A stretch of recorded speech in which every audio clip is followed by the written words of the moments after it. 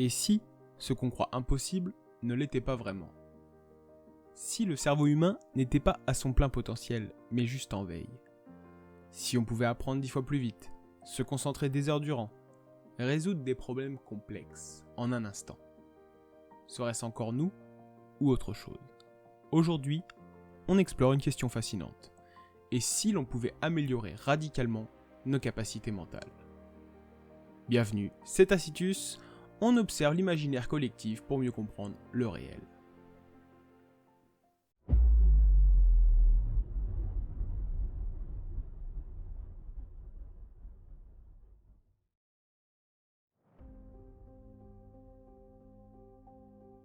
On dit souvent que le cerveau humain est la machine la plus complexe de l'univers connu.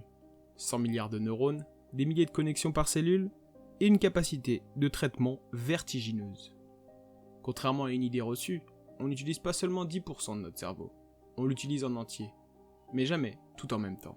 Ce qui est bridé, c'est notre capacité à exploiter certaines fonctions de manière volontaire et ciblée. Pourtant, malgré cette complexité, on oublie une chose, notre cerveau n'est pas optimisé.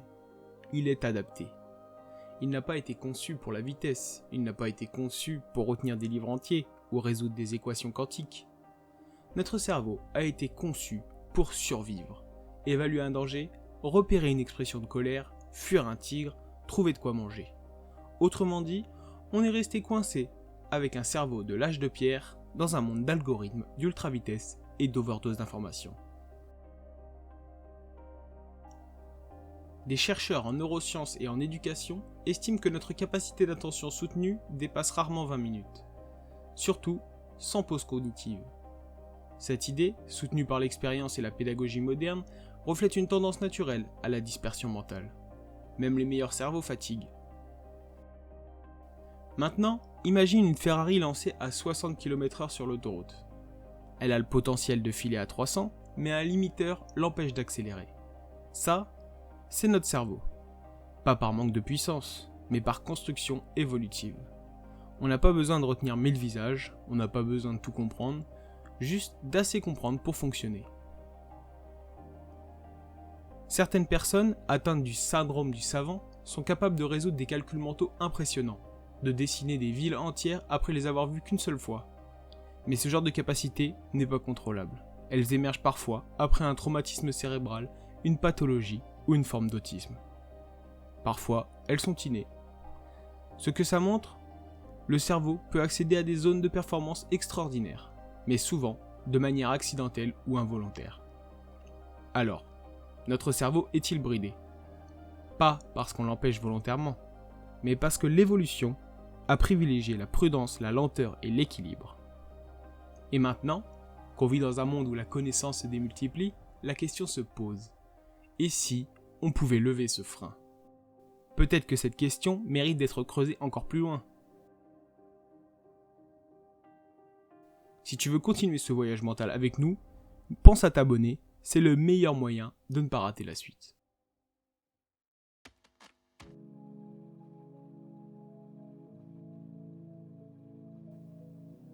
Et si ce qu'on appelait la fiction était parfois simplement de la science en avance?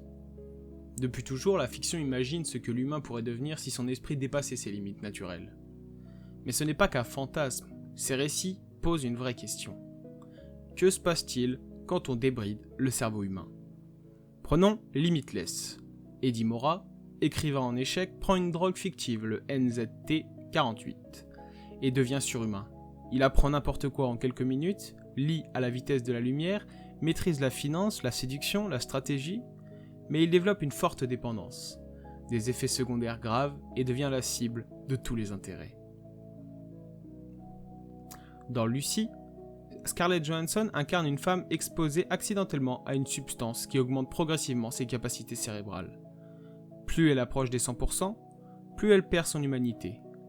Elle voit le monde comme des flux d'informations, dépasse les lois physiques et finit par se dissoudre dans la matière. Transcendance, avec Johnny Depp, pousse plus loin. Son personnage télécharge sa conscience dans un ordinateur. Il devient une IA omnisciente et omniprésente. Il soigne, il transforme la matière, il anticipe, mais il suscite la peur.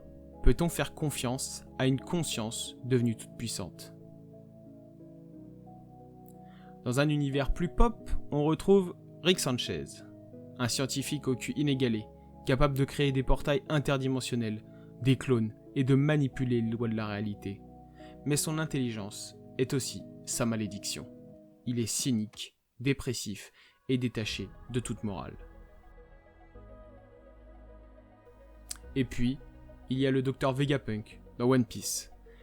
Il externalise une partie de son cerveau pour pouvoir en apprendre plus, penser plus, comprendre plus. Il est l'exemple d'un homme qui a dépassé les limites biologiques. Mais à quel prix? Toutes ces œuvres, parfois sérieuses, parfois absurdes, pointent vers un même constat. Augmenter ses capacités mentales a un coût. On ne devient pas meilleur, on devient autre chose. Les avantages sont fascinants. Compréhension immédiate, maîtrise des langues, des concepts, des systèmes, anticipation, planification, créativité décuplée. Tout ceci fait rêver. Mais les risques sont récurrents.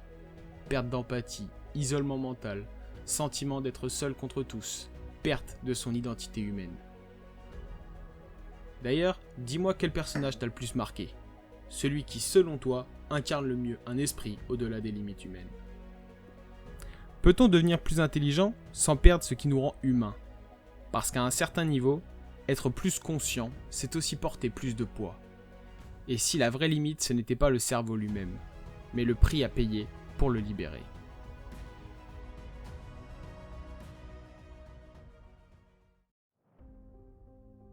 Et si la fiction avait parfois simplement quelques années d'avance?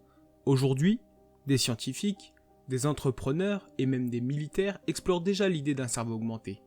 Pas dans 100 ans, maintenant. Certains cherchent à améliorer nos performances par la chimie.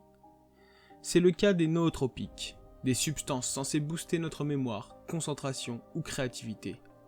Le modafinil par exemple est utilisé à l'origine pour traiter des narcolepsies, mais chez des étudiants ou des cadres il est parfois détourné pour tenir éveillé plus longtemps, apprendre plus vite, rester lucide sans sommeil. Des études ont montré une légère amélioration de certaines tâches cognitives, mais aussi des effets secondaires. Insomnie, anxiété et dépendance potentielle. D'autres visent à l'interface directe avec le cerveau. C'est le cas de Neuralink, le projet d'Elon Musk, qui développe des implants neuronaux censés permettre un jour de communiquer avec une machine par la pensée. Pour l'instant, on en est au stade des premiers tests sur l'humain, avec des objectifs médicaux, paralysie, cécité, mais la vision à long terme est claire. Augmenter le cerveau humain avec des extensions numériques. À côté de ces projets très médiatisés, la recherche explore aussi la stimulation cérébrale non invasive. Des techniques comme la TDCS, stimulation transcrânienne à courant direct, ou la TMS, stimulation magnétique transcrânienne. Ces techniques ont été testées pour améliorer l'apprentissage ou soulager la dépression. Certaines expériences ont montré que de faibles impulsions électriques peuvent faciliter temporairement la concentration, l'acquisition de compétences motrices, mais là aussi, les résultats restent limités, variables et très encadrés. Il y a aussi eu des échecs, comme l'engouement pour les jeux cérébraux dans les années 2000. Des applications promettaient d'entraîner votre mémoire ou votre intelligence en jouant quelques minutes par jour. Mais des études ont ensuite montré que ces jeux amélioraient surtout la capacité à jouer à ces jeux. Pas grand chose d'autre. Et pourtant, on continue, car ce rêve, apprendre plus vite, retenir plus, créer mieux, est humain. Il ne s'agit plus seulement de réparer un cerveau abîmé, mais de dépasser les capacités dites normales. La frontière entre médecine et augmentation devient floue. Et la question ne sera plus seulement « est-ce possible ?», mais « qui y aura le droit ? Pourquoi faire ? Et à quel prix ?» Ce que la science prépare déjà, ce n'est pas un monde de science-fiction, c'est le nôtre. Il a juste pris un peu d'avance.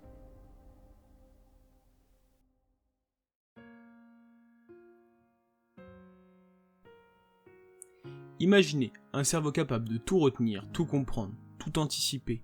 C'est une tentation ancienne, une promesse moderne, un rêve partagé par scientifiques, artistes et visionnaires. Mais ce rêve, faut-il vraiment le réaliser ? Comme l'a décrit le philosophe et neuroscientifique Antonio Damasio, La conscience n'est pas une machine à résoudre des problèmes. C'est une manière de ressentir l'existence. Peut-on vraiment améliorer notre esprit sans altérer les sens ? Un esprit plus rapide, plus puissant, plus connecté, n'est pas nécessairement plus libre. Il pourrait aussi devenir plus dépendant, plus isolé, plus fragile. Et si, au lieu de chercher à augmenter le cerveau, on apprenait à l'habiter pleinement, à écouter ses silences, à respecter ses limites, à valoriser sa lenteur. Parce que l'intelligence, ce n'est pas seulement accumuler, c'est choisir, ressentir, c'est douter, c'est ralentir. Et peut-être que la plus grande puissance de notre cerveau, c'est qu'il imagine ce qu'il peut encore accomplir. Alors rêvons, mais rêvons avec conscience, car le futur n'est pas écrit dans nos neurones, mais dans nos intentions.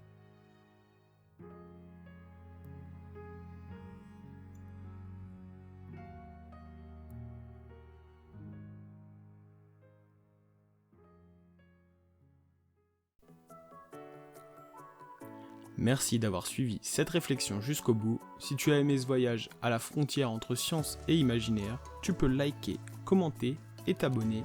Ça me fera extrêmement plaisir et ça me permettra de continuer. Et surtout, n'hésite pas à partager cette vidéo à quelqu'un qui rêve, lui aussi, de penser plus loin.